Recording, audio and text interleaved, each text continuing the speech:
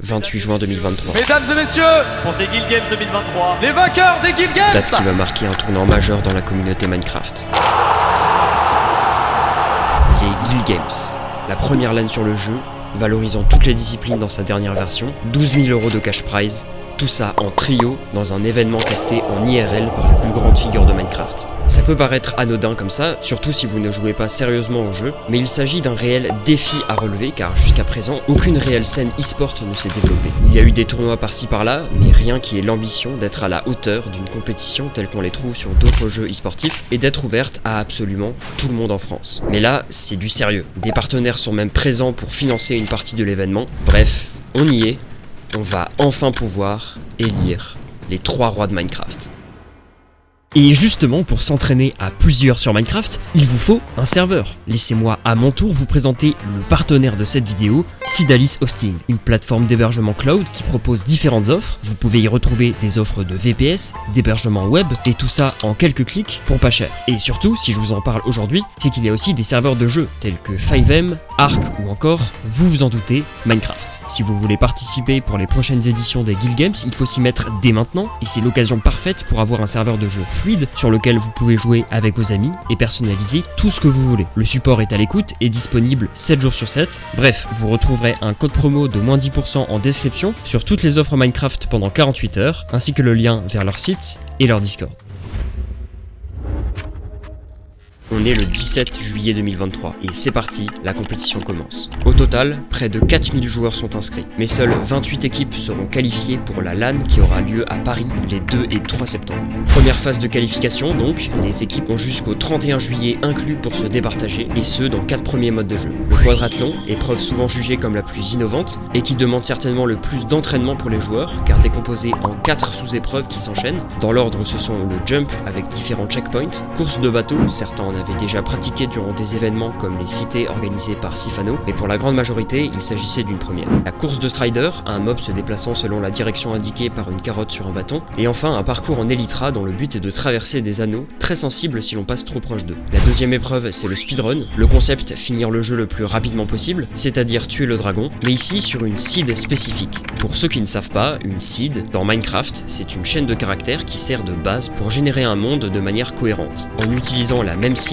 les joueurs peuvent recréer le même monde avec les mêmes paysages, structures et emplacements de ressources, ce qui peut être très utile pour partager des mondes spécifiques avec d'autres joueurs, et ici pour se mettre d'accord sur le monde Minecraft qui sera utilisé pour le speedrun. Ce qui veut dire que les joueurs savent sur quelle map ils tomberont lors des 3 runs officiels dont le meilleur temps sera retenu. Ils pourront donc s'entraîner au préalable autant qu'ils le souhaitent, en établissant la bonne stratégie et en répartissant les rôles dans l'équipe, car ils seront, contrairement à la plupart des speedruns sur Minecraft, 3 à jouer en même temps sur la run. Troisième épreuve de PvE, le donjon. Une épreuve se déroulant sur une carte préétablie. Le but, s'échapper de la prison en éliminant tous les mobs de celle-ci qui apparaissent par vagues le plus rapidement possible. Pour ça, il est possible d'acheter de l'équipement grâce aux pièces récupérées à chaque mob éliminé. Cette fois-ci, autant de tentatives que nécessaire sont autorisées afin d'obtenir le meilleur temps possible lors des phases de qualification. Et enfin, les Survival Games, une épreuve légendaire de Battle Royale où les joueurs doivent s'équiper en cours de partie pour triompher de leurs adversaires. Chaque équipe peut disputer jusqu'à 10 parties et tous les points accumulés sont pris en compte. Ces 10 parties auront lieu dans le mode Ranked, mais il existe également un mode non classé pour une expérience plus détendue, idéale pour explorer la carte et découvrir le mode de jeu sans que les points ne soient pris en compte. Le classement final est déterminé par un système de points calculé de 2 manières distinctes. Éliminer un joueur adverse rapportant 25 points à chaque fois, ou se positionner dans les derniers survivants, allant jusqu'à 300 points pour le top 1. A noter que les pseudos des joueurs sont anonymisés, donc ils ne pourront théoriquement pas focus une équipe en particulier. Le score est donc calculé en fonction du placement et des kills des équipes participantes. Et déjà durant cette phase de seulement 2 semaines, une compétition évidente s'est créée, les différentes équipes ayant sans cesse comparé leurs scores dans les différentes épreuves sur le Discord de l'événement. Beaucoup se sont même entraînés seuls, malgré que leur coéquipier n'ait pas pu participer durant cette période d'été. Au final, le verdict est tombé en ce début de mois d'août, et on repère de nombreuses équipes attendues, comme des youtubeurs ou streamers sur le jeu, la NG Team avec Gep, la Origins avec Byslide, la 2Go Hard avec Bichard, ou encore sûrement l'équipe favorite de la compétition, la team Mom, qui termine à la première place avec Matox, Omega et Ponk. Mais de manière générale, on retrouve des équipes qui ont chacun des spécialités, le PVP, le jump, le speedrun, ça dépend, mais c'est dans 12 modes de jeu différents que les joueurs devront se départager à partir de maintenant. 2 septembre 2023, 12h30. On est désormais à l'eSpot à Paris, en live sur Twitch, avec les 28 équipes francophones qui ont réussi à se qualifier. Plus que 30 minutes avant l'ouverture des rideaux, la pression monte du côté des organisateurs, priant que tout fonctionne comme ils l'ont prévu, mais surtout du côté des joueurs, en particulier pour les équipes s'étant entraînées d'arrache-pied pendant tout ce mois d'août. D'autant plus qu'aujourd'hui, ils se retrouvent en terrain inconnu, loin de leur setup familier, utilisant les ordinateurs dédiés, bien que presque chacun d'entre eux ait apporté leur périphérique pour ne pas être trop désorienté. L'événement est cast par Gil et Hypierre, venus spécialement pour l'occasion. D'ailleurs, 2 des équipes du tournoi seront systématiquement sur scène à leur côté, ce qui permettra d'alterner les points de vue des participants selon leur spécialité. Les phases de poule des Guild Games se déroulent de la façon suivante. Les 28 équipes sont réparties en 4 poules de 7 équipes chacune, et les 2 premières équipes de chaque poule sont qualifiées pour les quarts de finale. Sachant que les 4 premières équipes aux qualifications sont chacune dans des poules différentes. Du côté de la poule A, on retrouve la team Mom de Matox et la T-Team de Titi, la poule B contient la team Equipo Tryhard de Shadoun, et la poule D, les Darons, la team de Dalil. Vous aurez remarqué que j'ai volontairement passé la poule C, puisque le premier moment fort de ces phases de poule commence dès l'annonce de cette poule, décrite comme poule de la mort par les casteurs, joueurs et spectateurs de l'événement. On y retrouve donc plusieurs teams de joueurs connus comme la NG Team de Gep et Nagato, la Origins de Byslide et la To Go Hard de Bichard. Les points sont décomptés de la manière suivante: si vous faites premier, vous marquez 1 point, deuxième 2 points et ainsi de suite jusqu'à la 7ème place, ce qui signifie que les 2 équipes avec le plus petit score sur chaque poule seront qualifiées pour la phase suivante. Pour départager ces équipes, 7 jeux ont été tirés au sort parmi les 12 au total. Le premier c'est le Tomber les gars, une version Minecraft de Fall Guys avec des jeux et maps similaires. Pour les phases de poule, il sera joué avec toutes les teams dans le même serveur en 3 parties et le classement sera établi au score cumulé de ces 3 parties et retransmis sur le classement par poule. Ce qui veut dire qu'une équipe peut très bien faire un mauvais classement général tout en finissant dans les premiers de leur poule et inversement. L'essentiel étant d'être meilleur que les équipes de sa poule pour gagner des places au classement. Et ce mode de jeu va directement donner le ton concernant la forme des équipes de poule. Dans la poule C, la To Go Hard tient son rang en prenant la première place de son groupe et c'est les Party Girls qui prennent la seconde place du groupe, laissant la NG Team et la Origins respectivement en 5ème et 6ème position. Alors que dans les autres poules, la team Mom commence la compétition avec une 5ème place, tandis que la T-Team démarre sur les chapeaux de roue avec une première place. Equipo Tryhard récupère la 2ème place sur la poule B et les Darons de Dalil la première position de la poule D. Ce premier mode de jeu qui n'a pas pu être entraîné au préalable a permis de mettre en route les moteurs, bien qu'une grande part d'aléatoire était présente, assumée même par les premiers du classement. Mais les rebondissements ne sont qu'à leur début, puisque pas le temps de se poser que le deuxième jeu commence. Le Quake, une version Minecraft du FPS portant le même nom. Ici, il y aura 5 parties dans lesquelles il faudra atteindre 150 kills pour qu'une game soit terminée, et seulement les équipes de la même poule s'affrontent entre elles. Tout ça grâce à un fusil du nom de Railgun qui tire un laser au clic droit qui one-shot ses adversaires. À la fin des 5 parties, l'équipe avec le plus de kills au cumulé prend la première place. Ici, il est généralement conseillé de ne jamais sauter, sauf dans quelques cas. Et surtout, au vu du nombre de joueurs, si un 1v1 dure plus de 3 secondes, c'est quasiment certain qu'il vaut mieux cesser de s'affronter car un backstab est imminent. Ça demande d'être très nerveux et réactif pour prendre l'information quasiment non-stop. Alors que la plupart des poules étaient assez homogènes avec des bonnes performances de plus ou moins tout le monde, dans la poule C, les Party Girls obtiennent une première place dominante avec 4 top 1 sur les 5 games de Quake et un total de 733 kills sur 750 possibles. À la fin du jeu, les To Go Hard chutent avec une 5ème position sur le jeu, la Origins se remet un peu sur les bons rails avec une bonne 3ème place, tandis que la NG Team continue de s'écrouler et tombe à la dernière place au classement de leur pool. Place maintenant à la Red Race, un mode de jeu basé sur de la résolution de problèmes liés à la redstone, la technologie unique de Minecraft. Les joueurs se départagent sur 5 problèmes à résoudre en contre-la-montre. Le classement sera établi en fonction du nombre de complétions de salles, ainsi que le temps réalisé pour la complétion de ces mêmes salles. Et là pour le coup, en ce qui concerne la redstone, l'avantage est à ceux qui avaient déjà des connaissances, car très peu de joueurs se sont entraînés et ont pris le temps d'obtenir un bon niveau au vu de tout ce que ça implique. Parmi tous les participants, quand on parle de redstone, on parle aussi souvent de Matox, qui était un ambassadeur de la discipline sur YouTube à ses débuts, et c'est bien la team Mom qui gagne l'épreuve de la Red Race. Notamment grâce à Matox qui plie un véritable classique sur les 2 dernières salles. En fait, à chaque nouvelle salle, vous obtenez des objets pour résoudre l'énigme, comme des boutons, des armor stands ou des torches de redstone, et lui a réussi une énigme sans utiliser un des boutons, qu'il a donc gardé sur la 4ème salle pour passer plus aisément la 5ème et dernière salle. Cette victoire leur permet de remonter un peu le classement après la déception des 2 premiers jeux. Les Good Guys de la poule B confortent leur première place acquise avec leur régularité sur les 3 jeux, et Party Girls impressionne encore avec une 2ème place convaincante juste devant la To Go Hard qui se replace correctement après le Quake, alors que la NG Team et la Origins bloquent à la 6ème et 7ème place, finissant le 3ème jeu avec 17 points chacun, et donc tous les deux en dernière position dans la poule C. Dans la poule D, la team Cheval se place correctement et les Darons chutent encore avec une seconde 6ème place. Le quatrième jeu, c'est l'indétrônable Survival Games. Premier mode de jeu PVP de ces phases de poule, et il sera, comme pour le Tomber les gars, joué avec toutes les équipes de la LAN dans la même partie, et le classement sera aussi établi de la même manière. C'est aussi au début de ce mode de jeu PVP qu'Aipierre est remplacé par Jimmy Boy pour accompagner Guil au cast, et qui dit PVP sur Minecraft dit Byslide et la Origins qui vont prendre la première place de la première game assez facilement, malgré une solide performance d'un joueur espagnol de la team Equipo Tryhard de Shadoon, car oui, j'en parle depuis tout à l'heure, c'est la seule équipe qui n'est pas francophone, car Shadoon, étant français d'une communauté majoritairement espagnole, a été autorisé exceptionnellement à former une équipe de joueurs hispaniques avec lui. Et comment dire qu'il y en a un parmi eux qui est super fort en PVP 1.20, objectivement l'un des meilleurs au monde, et très certainement le meilleur joueur de l'événement,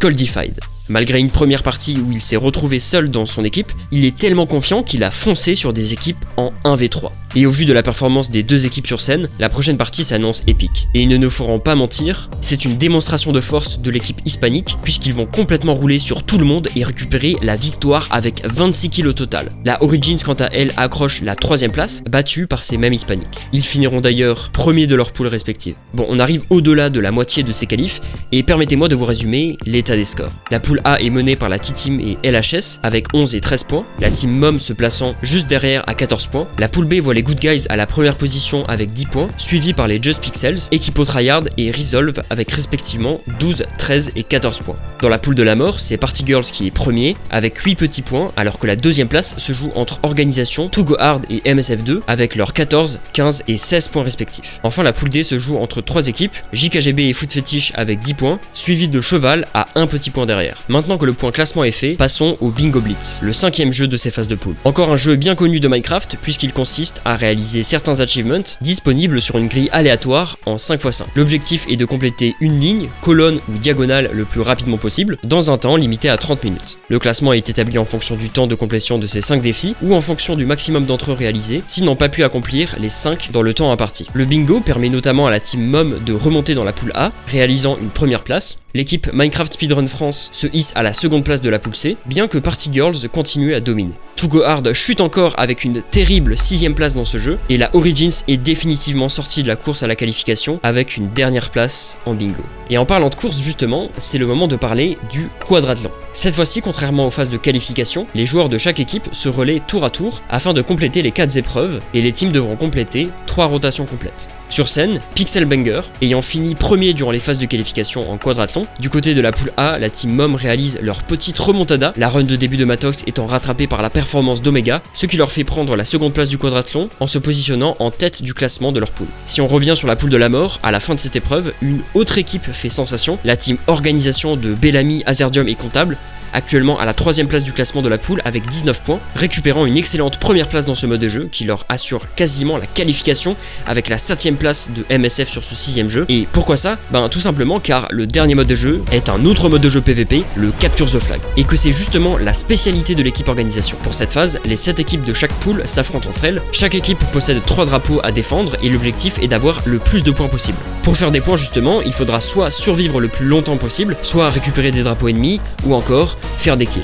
Et une mort est vite arrivée au vu du nombre de joueurs dans la partie. Il faut donc prier pour tomber à côté d'équipes pas trop fortes en PVP autour de soi pour éviter la mort prématurée. Organisation et Party Girls vont clouer rapidement le suspense dans la poule de la mort avec une 1ère et 3ème place sur le CTF. Dans les autres poules, une bonne performance de la team Resolve leur permettra d'accrocher une seconde place au classement de la poule B due à une mauvaise performance d'Equipo Tryhard qui avait pourtant l'air de très bien s'en sortir sur ce mode de jeu. La team Mom va aussi confirmer sa remontada avec une large avance sur le 2ème de leur poule, les PLS 1. Sur la première annonce des résultats des 4 différentes poules, on retrouve pour la poule A la team Mom et les Blacklistés 1, poule B Good Guys et Resolve, poule C Party Girls et Organisation, et enfin poule D Cheval et Foot Fetish. Cependant, après les 30 minutes de pause jusqu'au début des quarts de finale se déroulant juste après, Guil annonce qu'ils se sont trompés dans le comptage des points sur le CTF. L'ascenseur émotionnel a été bel et bien présent, certaines teams abattues par le choix des jeux, réalisant que tout leur été à s'entraîner n'a pas suffi, mais c'est terminé. Une grande partie des équipes du début sont éliminées, sauf une d'entre elles, que l'on connaît bien,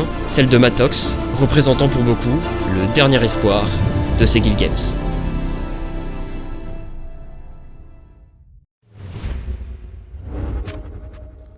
La première étape est passée, place maintenant au quart de finale. Il ne reste donc plus que 8 équipes sur les 28 de départ qui ont su se démarquer durant les phases de poule, les top 1 de chacune d'entre elles affrontant le top 2 d'une autre. C'est le retour d'IPR en cast, et cette fois-ci, les équipes doivent pick un mode de jeu de chaque côté, en plus des modes imposés qui sont le donjon, Jump Arena et Bingo. Ça se déroule donc en BO5, la première équipe a 3 points remportant le match. Un des premiers fights sur scène oppose la team Cheval à la team Mom. La team Cheval, composée de Shipman, Akri et Oscar favoris en PvP, on pique le CTF, tandis que la team Mom de Matox, évidemment, le speedrun. Et ici, le speedrun ne se déroule pas sur la même map définie pendant les qualifications, puisqu'ils avaient pendant le mois d'août 5 sites sur lesquels s'entraîner, bien qu'ils aient tous pu s'entraîner au préalable. Enfin, presque, puisque la génération des seeds en 1.20 comporte un souci qui est qu'elle peut légèrement varier si on génère 2 fois la même seed à quelques blocs près. Il faudra donc aussi faire preuve d'adaptation et de résilience. La run commence, chacun a son rôle bien défini, et ça ne perd pas de temps puisqu'en à peine 3 minutes, la team de Matox se retrouve dans le Nether. A nouveau, chacun a son rôle bien précis, aller dans le bastion pour récupérer des ressources comme les perles et l'obsidienne entre autres, ou tuer les blazes dans la forteresse. Malheureusement pour la team Cheval, Shipman meurt dans le Nether, ce qui leur fait perdre beaucoup de temps, tandis qu'en face, l'équipe Mom retourne dans l'Overworld, direction le Stronghold à 15 minutes 30. Et c'est là que se complique la run en LAN, puisque la map étant générée de manière légèrement différente, leur retour, prévu juste en face du portail de l'End, ne s'est pas fait au bon endroit. Ils doivent donc rechercher l'entrée du Stronghold. Pendant ce temps, la team Cheval s'en est bien sortie, mais seul un de leurs joueurs est encore en vie avec son stuff, ce qui complique la situation. Matox finit au bout de 22 minutes à trouver le chemin, rentre dans le portail et termine la run en one cycle au bout de 25 minutes et 38 secondes. Le score, 1-0 pour la team Mom. Place maintenant au CTF. Cette fois-ci, le mode de jeu se déroule une équipe face à l'autre, ce qui est beaucoup plus tendu, mais aussi sûrement moins aléatoire. Il ne peut pas y avoir de focus stratégique sur une équipe, l'objectif principal ici étant de posséder le centre de la map, là où spawnent les diamants pour se fabriquer un meilleur stuff et prendre du terrain pour pouvoir être agressif facilement. Et comment dire que là, la team Cheval est largement au-dessus. C'est simple, ils font partie des meilleurs joueurs français en PvP, et même si c'est de la 1.20, on sent leur expérience d'années de tournois sur des serveurs compétitifs PvP. Malgré le niveau de la Cheval, la team Mom se défend du mieux qu'elle peut, mais ça n'est pas suffisant. Les 3 drapeaux de l'équipe Mom ont été volés. Le donjon, 3e mode de jeu, et cette fois-ci, ça se jouera en BO3, le but étant dans chaque run de tuer tous les mobs de la map, et là l'objectif sera de faire un meilleur temps que l'équipe adverse. Pour ça, il n'y a pas le choix, s'être entraîné pour être le plus régulier et être sûr de performer. Bien que ce soit très serré, c'est l'équipe Cheval qui a su être davantage coordonnée et efficace, réussissant d'ailleurs à faire leur record personnel de 11 minutes 21 à ce moment-là, la team de Matox étant notamment mort à plusieurs reprises, ce qui leur a fait perdre du temps de réapparition. Comme quoi, il y a toujours des équipes pour qui le direct et la LAN leur permet de performer grâce à l'adrénaline, tandis qu'il y en a d'autres qui se retrouvent tétanisés. 2-1 pour l'équipe Cheval, plus qu'un seul point à aller chercher pour gagner ces quarts de finale. Place maintenant au Jump Arena, nouveau mode de jeu ressemblant au Jump League, une phase de jump, puis de PvP, mais en beaucoup plus dur. Surtout après s'être déjà entraîné pour le jump du quadrathlon, il faut à nouveau fournir des efforts pour être au top et connaître ces nouveaux jumps à la perfection et les maîtriser. Sauf que là, les joueurs n'ont qu'une ou 2 soirées pour s'entraîner durant le mois d'août, c'est juste impossible de répéter les mouvements et être au point pour le jour J. Au final, il a été décidé de diminuer la difficulté pour ces quarts de finale. Alors les premiers checkpoints sont assez basiques, mais plus on avance, plus ça devient compliqué. Les checkpoints 5, 6 signent déjà la fin de partie pour certains joueurs, les checkpoints 7, 8, 9 et 10 étant destinés aux plus agiles de la compétition. L'objectif principal est de récupérer les objets les plus importants en PvP, la hache faisant le maximum de dégâts au module 8, le bouclier au module 9 et une épée en diamant au checkpoint 10. Sur le papier, les deux équipes se débrouillent très bien en jump, malgré un petit avantage en PvP du côté de la team Cheval. Mais la question c'est, est-ce que ce sera suffisant ? Première game, très léger avantage pour la team Mom en termes de stuff, Matox ayant atteint le coffre du bouclier pendant la phase de jump, qui va lui permettre d'être plus confiant durant les fights, et en PvP 1.20, la confiance c'est essentiel, et c'est grâce à ça et leur teamplay que la team Mom remporte le premier round dans ce mode de jeu.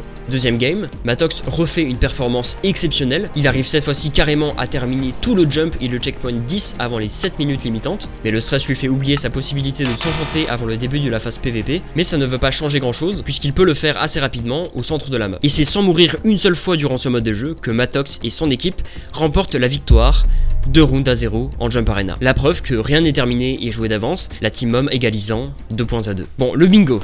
Là, il ne va pas falloir se louper car c'est sur ce 5e mode de jeu que les deux équipes vont se départager. Les règles sont les mêmes que durant les phases de pool. Après une petite analyse des deux côtés, la ligne 4 semble la plus optimisée. C'est elle qui est choisie par les deux équipes, les ressources nécessaires étant presque toutes rassemblées dans un village. Assez rapidement, c'est l'équipe Cheval qui prend l'avantage avec 2 objets récupérés, un seau et une fleur. Mais la team Mom revient rapidement en égalisant et en montant à cheval, leur donnant un avantage. Plus qu'une encre de réapparition et 5 blocs d'émeraude à récupérer, et c'est gagné. Matox fonce dans le Nether pour récupérer de la Glowstone et la Crying Obsidian dans un bastion à quelques secondes du portail du Nether, tandis qu'Omega essaye de farmer de l'émeraude à l'aide des échanges de villageois. Du côté de la team cheval, même stratégie, qui arrive à égaliser, mais malheureusement une mort dans le Nether creuse leur retard déjà bien conséquent. Plus que les blocs d'émeraude à valider pour la team Mom, qui doit à tout prix faire changer de métier les villageois avant de pouvoir échanger d'autres objets contre de l'émeraude. Problème, c'est la nuit. Omega doit donc trouver un moyen de la faire passer pour échanger avec les villageois. Pour ça, la team Mom utilise une stratégie très ingénieuse, à savoir Omega dort dans un lit, Ponk se suicide et Matox reste dans le Nether. Ainsi, plus personne d'autre qu'Omega se trouve dans l'Overworld, condition nécessaire pour se réveiller avec un beau lever de soleil. Pendant ce temps, Matox craft l'encre de réapparition, plus que quelques sticks à farmer avant toutes les émeraudes, et c'est bon, c'est terminé. La team Mom remporte ce match de quart de finale, 3 points à 2. Du côté des autres équipes restantes, Organisation remporte leur match, tandis que les deux derniers quarts se termineront le lendemain en raison de la durée des matchs. Après une nuit de sommeil qui pour beaucoup des participants ne se résume qu'à quelques heures de repos, c'est le dernier jour de la compétition. De retour avec Jimmy Boy en cast, il ne reste plus que quelques rounds avant la fin des quarts de finale, tandis que le premier match des demi peut commencer. Équipe Organisation contre Mom. Cette dernière est clairement l'équipe avec le plus de supporters dans le public, mais aussi dans le chat de l'événement. A nouveau, un BO5 avec 3 jeux imposés, co-op build, quadrathlon, speedrun et un pick pour chaque équipe. Sans surprise, Organisation pique le CTF au vu de son avantage en PVP, tandis que la team Mom choisit la Red Race. Ça commence donc avec ce dernier mode de jeu, et là pour être honnête, déjà que les énigmes étaient incompréhensibles pour la plupart des joueurs durant les poules, ça l'est encore moins, le seul caster A-Pierre ayant de l'expérience dans le domaine n'étant pas présent. Heureusement, Matox est là et c'est une réelle humiliation pour l'équipe Organisation, ayant pris 11 minutes pour finir la première salle, tandis que l'équipe Mom a réussi à tout compléter en à peine plus de 15 minutes. Pendant ce temps, les résultats des derniers quarts de finale sont tombés. Ce sont les équipes Foot Fetish et Equipo Tryhard qui se qualifient pour les demi-finales, les Party Girls n'ayant rien pu faire face au niveau en PVP de Caldified, malgré leur victoire en Quake. Mais avant le deuxième match de demi-finale, il faut d'abord départager la team Mom de l'équipe Organisation. Place désormais au CTF une seule partie, et là il n'y a pas photo, l'équipe Organisation surpasse ses adversaires en termes de niveau et de gameplay, 3 captures de drapeau à 0, ce qui leur permet d'égaliser 1 à 1 au score global.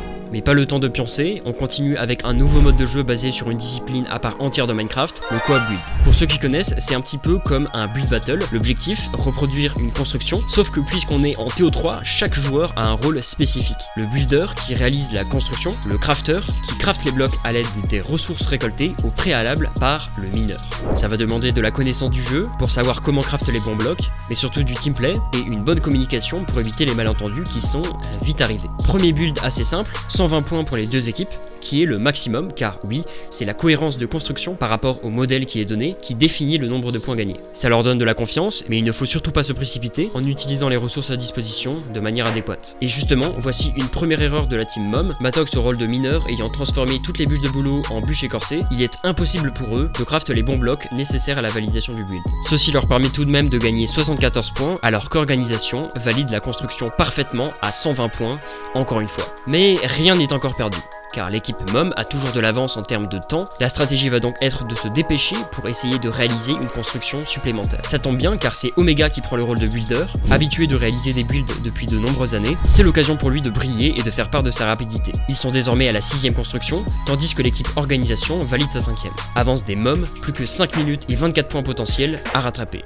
Mais cette fois-ci, c'est à l'équipe Organisation de faire une erreur. Car il est important de ne pas se précipiter, il faut être sûr de construire au bon endroit, car un bloc de décalage serait fatal pour la comptabilité des points. Vous l'aurez sûrement deviné, c'est justement à cause de ça que l'équipe Organisation ne valide que 22 points pour leur 5ème jump. 39 points sont encore récupérés par l'équipe adverse, et c'est bon, ça y est, l'équipe Mom remporte l'épreuve de co-op build. 2 points à 1 pour l'équipe Mom. S'il remporte le prochain mode, le quadrathlon, c'est l'entrée en finale. Sur le papier, c'est une victoire pour la team Mom, mais rien n'est encore joué d'avance. Azerdium réussit son quadrathlon sans souci, avance tout le long, enchaînant Bateau, Strider et Elytra presque parfaitement, malgré une petite erreur à la fin qui fait ramener Omega devant à seulement 5 secondes. Matox continue de creuser l'écart entre les deux équipes face à Bellamy qui bloque au dernier module du jump. Une particularité assez importante durant la phase de jump de quadrathlon, est le choix qu'ont les joueurs entre des chemins de difficulté différentes. Sur tous les checkpoints, les joueurs ont la possibilité entre une hard way ou une easy way. Généralement, si les équipes sont arrivées aussi loin dans la compétition, c'est qu'ils ont fait le choix d'emprunter en grande partie les chemins les plus compliqués, qui sont évidemment aussi un moyen de gagner du temps sur leur run. Or, là on est en LAN, ce qui ajoute du stress et de la panique, et le quadrathlon c'est le mode de jeu stressant. Bien qu'il s'agisse d'une performance par équipe, chacun est livré à lui-même durant sa run, c'est chaque joueur qui doit montrer de quoi il est capable, de démontrer qu'il a bel et bien sa place au premier tournoi Minecraft. De fait, vous avez très bien le choix de prendre les chemins les plus simples pour assurer de terminer la run et ne pas se ridiculiser, sauf qu'évidemment, si vous ne vous êtes pas entraîné dessus et que vous êtes habitué à prendre un chemin plus difficile, cela peut encore ajouter de la difficulté d'être capable de s'adapter et de changer de stratégie au dernier moment. Et c'est ce qui arrive à Bellamy, qui perd complètement ses moyens, à un tel point que Ponk finit par le rattraper. Et là c'est, comment dire, compliqué. Même s'il y a 2 passages pour chaque joueur, rattraper une run entière qui représente souvent 6-7 minutes, ça devient presque impossible. Et surtout, ça permet de faire redescendre la pression de l'équipement. Malgré tout ça, Bellamy n'abandonne pas et finit par terminer son jump quand Omega est déjà dans sa 2e course, mais ça ne sera pas suffisant pour l'équipe organisation, qui est définitivement éliminée de la compétition face à la Team Mom, officiellement en finale des Guild Games. Concernant la 2e demi-finale, c'est l'occasion d'accueillir Fuse 3, que vous connaissez certainement si vous regardez des vidéos Minecraft sur YouTube, car c'est littéralement le numéro 1 sur cette plateforme du côté francophone. Cette 2e demi-finale donc oppose Equipo Tryhard face à la Foot Fetish. Cette fois-ci, ça se joue en Quake en premier, pick par les Foot Fetish et qu'ils remportent, malgré le style de jeu beaucoup plus ennuyant qu'en FFA, car là ils ne sont que 6 sur la map, ce qui encourage encore plus à camper. 2e mode de jeu de ces demi, le Capture the Flag, un mode dans lequel l'équipe de Coldified est restée invaincue jusqu'à présent, et c'est pas pour rien, on a le droit à un réel spectacle de la part de Coldified qui, une fois encore, démontre sa supériorité en PvP et qui va même oser narguer ses adversaires. Bon, ça fait partie du jeu, j'ai envie de dire. Si on veut de l'e-sport sur Minecraft, il faut aussi accepter qu'il y ait ce genre de comportement. Même si sur le coup, c'est assez humiliant que ça vienne des seuls joueurs espagnols de la compétition. Sans surprise, c'est l'équipe Equipo Tryhard qui remporte cette épreuve. Bon, et du coup, par la suite, c'est elle qui continue et qui... Ah bah non, en fait, j'ai parlé trop vite puisque c'est avec un score de 3-1 que l'équipe de Jap, ST et Noctis passe en finale. En fait, les modes de jeu imposés de ces demi-finales n'étant pas en PvP, le co-op build qui n'ont jamais joué en face, c'est la Foot Fetish qui l'emporte et qui passe en finale avec facilement 2 minutes d'avance en quadrathlon. C'est parti pour la finale, avec d'un côté l'équipe Mom, composée de Matox, Ponk et Omega, favorites du tournoi, acclamée dans le public depuis le début et sur qui les lumières se sont portées tout le long de la compétition, et au cœur de cette dernière, justement, une autre équipe s'est démarquée, non pas par des noms célèbres, mais par leur détermination, leur passion et leur ascension depuis l'ombre. Cette équipe, c'est bien eux, l'équipe Foot Fetish. Leur histoire commence dans une petite communauté de Skywars aux côtés d'ST et Jap. Leur intention était claire, participer ensemble au tournoi Guild Games en équipe. Cependant, un de leurs coéquipiers, initialement prévu, ne pouvait garantir sa présence pendant les phases de qualification. Ils se sont alors lancés dans la quête de coéquipiers, désireux de réaliser leur rêve de compétition. C'est lors d'une nuit tardive sur le serveur Guild Games, alors qu'ils s'entraînaient en PvP, qu'ils ont rencontré Noctis. Le feeling est immédiatement passé, et face à une opportunité en or, ils l'ont invité à rejoindre leur équipe. Ils ont consacré tout leur été à un entraînement intensif, et ce avant même le début des qualifications, maîtrisant le PvP en version 1.20, le jump, le bateau, et tous les autres modes de jeu des Guild Games. Au début des qualifications, leur confiance était en dents de scie, mais ils ont fini par se hisser au sommet du classement grâce à leur détermination inébranlable. Le speedrun était leur plus grande crainte, n'ayant aucun speedrunner dans leur équipe. Cependant, ils ont travaillé sans relâche pour réaliser des temps compétitifs et se sont qualifiés avec succès. Dans le quadrathlon, ils ont montré leur persévérance en obtenant d'excellents résultats et malgré quelques difficultés dans le donjon, ils ont réussi à se classer parmi les meilleurs. À la fin des phases de qualification, ils se sont retrouvés à une position inattendue, occupant la 5e place au classement général, bien au-dessus de leurs attentes initiales. Alors qui va réussir à remporter cette première édition des Guild Games? On peut les encourager s'il vous plaît mesdames et messieurs. Le premier mode, c'est l'Escape Games. Le but est de sortir d'une crypte en ruine le plus vite possible en réalisant des énigmes enfermées dans des salles. C'est un mode qui demande logique, déduction, mais aussi travail d'équipe et communication, et qui est à nouveau en full improvisation car aucun entraînement n'a pu être fait avant. Et c'est l'équipe Mom qui a su faire preuve de plus d'efficacité. Place maintenant aux modes de jeu qui ont été piques. Le premier, Jump Arena. À la base, c'est la Foot Fetish qui voulait pick ce mode, mais finalement c'est la MOM qui l'a fait. La pression est très grande, l'équipe MOM ayant complètement détruit l'équipe organisation durant les demi-finales. Première game, à la surprise de presque tout le monde, c'est l'équipe Foot Fetish qui prend l'avantage sur le jump, et donc puisqu'au plus vous avancez dans le jump, au plus vous avez accès au coffre et au stuff à l'intérieur, sur le papier, étant clairement favori en PvP, cette manche devait être pour eux. Les premiers échanges se font, et c'est plutôt équitable. Chaque joueur réussissant à faire perdre une vie aux joueurs de l'équipe adverse. Sauf que finalement, il n'a suffi que d'une cobweb pour tout relancer, la team MOM faisant un triple kill. Plus qu'une vie pour Noctis et Jap, mais ce ne sera pas suffisant face à la team MOM qui prend le premier point dans ce mode de jeu. Deuxième game ici, à nouveau la Foot Fetish performe mieux, arrivant tous les trois au checkpoint 6, donc un meilleur stuff que la team MOM où seul Matox a atteint ce niveau du jump. Cette fois-ci, c'est la Foot Fetish qui prend l'ascendant avec une cobweb de leur côté. Ils peuvent s'enchaîner tranquillement et prendre l'avantage malgré une mort chacun du côté des joueurs de la Foot Fetish. Ça se termine finalement en 1v1, mais c'est ST qui met à terre Matox. Un partout. Plus qu'une partie pour les départager dans ce mode de jeu, et dans les deux camps, ils se savent, rien n'est encore joué. A nouveau dans cette dernière partie de Jump Arena, les joueurs des deux côtés n'ont pas su dépasser le checkpoint 6, sauf Matox qui est passé au checkpoint 7. Place maintenant au PVP, la team MOM se place pour s'enchanter, mais c'est la Foot Fetish qui domine complètement au PVP. Au final, victoire pour la Foot Fetish, alors que ce n'était même pas le mode qu'ils avaient pick. La peur de se faire 4-0 par l'équipe MOM s'efface, redonnant de l'espoir à la Foot Fetish, égalisant le score à 1 partout. Prochain mode de jeu, le speedrun. Oui, vous ne rêvez pas, la Foot Fetish a osé pick ce mode contre Matox, car il ne se voyait pas gagner en quadrathlon, extrêmement stressant en finale, ou en donjon, qui était davantage maîtrisé par la team MOM. C'est parti pour cette run de speedrun, avec deux des meilleures équipes dans le mode de jeu. À nouveau, une seed sur laquelle ils se sont entraînés des deux côtés, chacun a son rôle qui lui est propre dans son équipe, mais des deux côtés ça adopte une stratégie similaire, ça récupère des leads dans un village, va dans le Nether aux alentours des 3 minutes, récupère les ressources dans le bastion, la forteresse, le biome Warp Forest qui spawn des Endermen. Tout le monde sait théoriquement ce qu'il a à faire, puisque cette seed fait partie de celle fournie durant l'entraînement. Dès le début, une avance de quelques secondes est prise par la team MOM et qui va se prolonger au fur et à mesure. Puis l'heure d'aller dans le Stronghold arrive pour Omega, pour sa retour dans l'Overworld avec un portail aux bonnes coordonnées dans le Nether, pour arriver directement en face du portail de l'aide. Cependant, de l'autre côté, c'est le drame. Alors qu'il était tranquillement dans le bastion, Noctis se prend un coup d'un all-in qui lui met 9 cœurs et demi, la lave le termine, ce qui creuse encore l'écart entre les deux équipes. De l'autre côté, la team MOM s'en va déjà à 3 dans l'end, et là, Matox va prendre un risque considérable. Plutôt que d'attendre l'aggro du dragon pour perche en mettant des dégâts avec les lits au milieu de la map, il va directement aller le chercher en faisant une tour, technique qu'on appelle le Zero Cycle. Et c'est bon, l'honneur est sauf. Matox et son équipe montrent qui sont les boss en speedrun avec une run terminée en 10 minutes 43. Le tout en finale, sur scène, ce qui devait arriver arriva pour la team Foot Fetish qui devront montrer de quoi ils sont capables durant le prochain mode de jeu, le Quake. Et cette fois, l'équipe Foot Fetish est sûrement favorite, car à part Ponk, la team MOM ne semblait pas être à la hauteur. Et surtout, ils n'ont pas le droit à l'erreur, car le mode suivant étant la Red Race qui est clairement à l'avantage de la MOM et qui signerait leur victoire en décrochant un 4e point décisif. Et là, c'est la domination. Pour Omega, ça va très très vite. Plus qu'une vie pour Matox aussi. Mais aussi, attends, mais ça joue à une vitesse. Ça joue très très vite là. Mais oui, c'est très bien joué. C'est très bien joué. Domination totale des Foot Fetish. Bah attends, mais on va quand même pas. Non, mais pas en 4-0 et expédier le pitié en fait. Et voilà, c'est Martin qui va bien jouer. Voilà. C'est le premier point pris.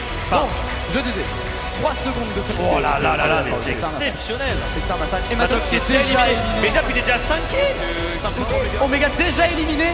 Bah attends, mais c'est... wow. Et c'est terminé. Et c'est terminé. 6 kills. Non mais mec, alors là...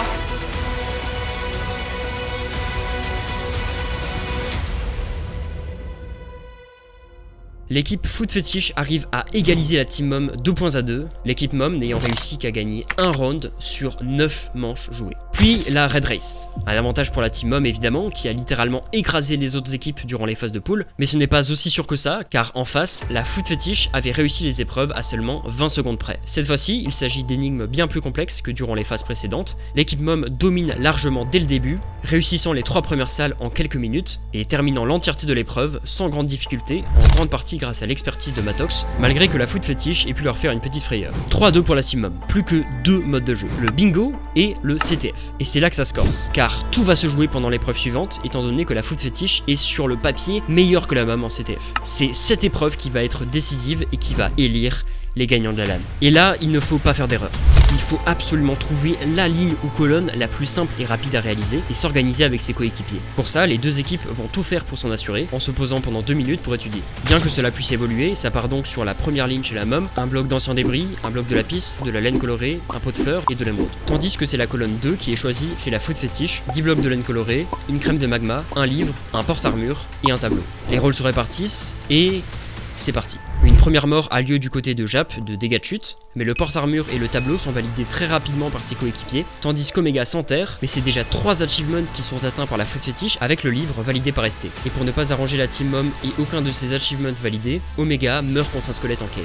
Là, c'est compliqué car Jap et ST sont déjà bien avancés dans leur craft de la laine colorée, et Noctis rentre déjà dans le Nether à la recherche d'un magma cube, les 2 derniers objets nécessaires à terminer la run, alors que la team MOM n'a encore validé aucune case de la liste des tâches à compléter. Mais ça, l'équipe adverse n'en a aucune idée, les seules informations transmises dans le chat étant les morts, pas les achievements.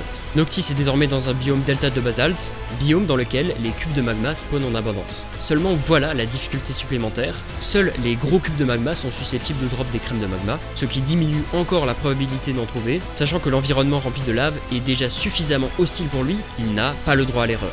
Pendant ce temps, la team MOM obtient enfin leurs 2 premiers blocs, le lapis et le pot de fleurs, mais en face, la laine colorée est validée, il ne reste plus que la crème de magma, et justement, Noctis trouve un gros magma cube, se prend un ghast le descendant à 3 cœurs, mais c'est terminé, la Foot Fetish remporte cette épreuve de bingo en 10 minutes 53. L'organisation du début a fini par payer, et l'espoir de la victoire est là. Le score 3-3. Est-ce qu'il était réellement possible de rêver mieux pour cette première LAN Minecraft? En tout cas, pas de répit puisque le dernier mode de jeu qui va les départager démarre. Le suspense est à son comble, quelle est l'équipe qui va soulever le trophée? Dernier mode, le CTF. Cette fois-ci, le jeu se déroule en BO3 afin de les départager d'une manière plus équitable. C'est parti pour le premier fight et c'est la Foot Fetish qui prend rapidement l'ascendant.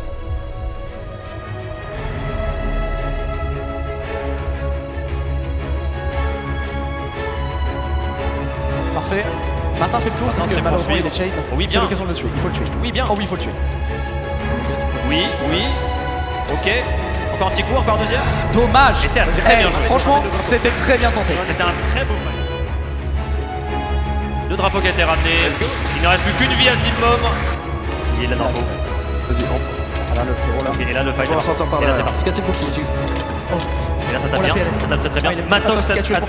Ok. Oh, Matox a tué EV. Oh oui, oui, oui, oui, ok. Ça tue. Ah non, mais malheureusement derrière, c'est malheureusement, le fight est perdu. Premier round en CTF remporté par la Foot Fetish, et là, c'est terrible. Terrible pour la team MOM, qui se rend compte de la difficulté que ça va être pour surmonter leurs adversaires dans ce mode, mais aussi terrible en termes de pression. Tout le public est là pour les soutenir, ils se doivent d'être dignes. C'est le moment d'établir les dernières stratégies à adopter pour retourner la situation à son avantage. Martin va peut-être tomber, Zest qui essaye. Ok, bien joué, Omega qui prend l'avantage. Ça tue. Ça tue Jam, ça tue Jam. Il est en train de tenir. Il est en train de le déboîter. Il y a Martin qui va toucher un drapeau. Ok, ça tue. Oh là là, c'est très bien. Oh là là, derrière, par derrière. Oh, c'est trop bien joué. Oh, c'est trop bien joué. C'est les potions. Et c'est le premier drapeau. Bien récupéré. Oh là là. Oh non. Oh là là. Très bien joué. Zest qui a fait un très très beau PVP. Ok, ça En fait, le drapeau est revenu chez eux. Ils ont récupéré leur drapeau.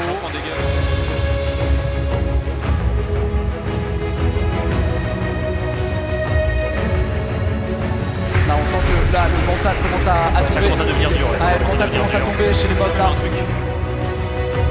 Il reste un drapeau qui sont chez eux. Le jeu perfect, j'ai perfect. Omega, malheureusement, là, c'est mesdames et messieurs, Pour ces Guild Games 2023, les vainqueurs des Guild Games. Attention, ce sont les Foot les Fetish. Foot Fetish.